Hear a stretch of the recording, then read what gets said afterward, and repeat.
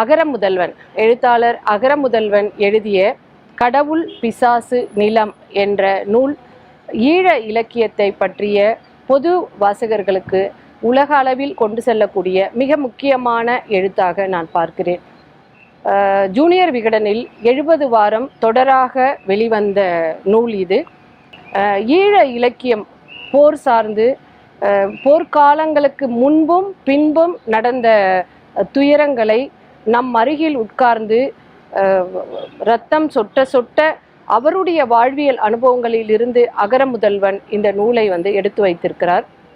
ஈழப்போர் முடிந்து பல துரோகங்களை கடந்து இன்றைக்கு அந்த போரினுடைய விளைவு என்னவாக இருக்கிறது என்பது பொது சமூகத்திற்கு தெரியாத நிலையில் அரசியல் கட்சிகளும் உலக அளவிலான சமாதானத்திற்கான அமைப்புகளும் கைவிட்டிருக்கின்ற இந்த நேரத்தில் அகரமுதல்வனுடைய இந்த நூல் நம்மளுடைய மனசாட்சியை தட்டி எழுப்பக்கூடிய ஒரு நூலாக வெளிவந்திருக்கிறது.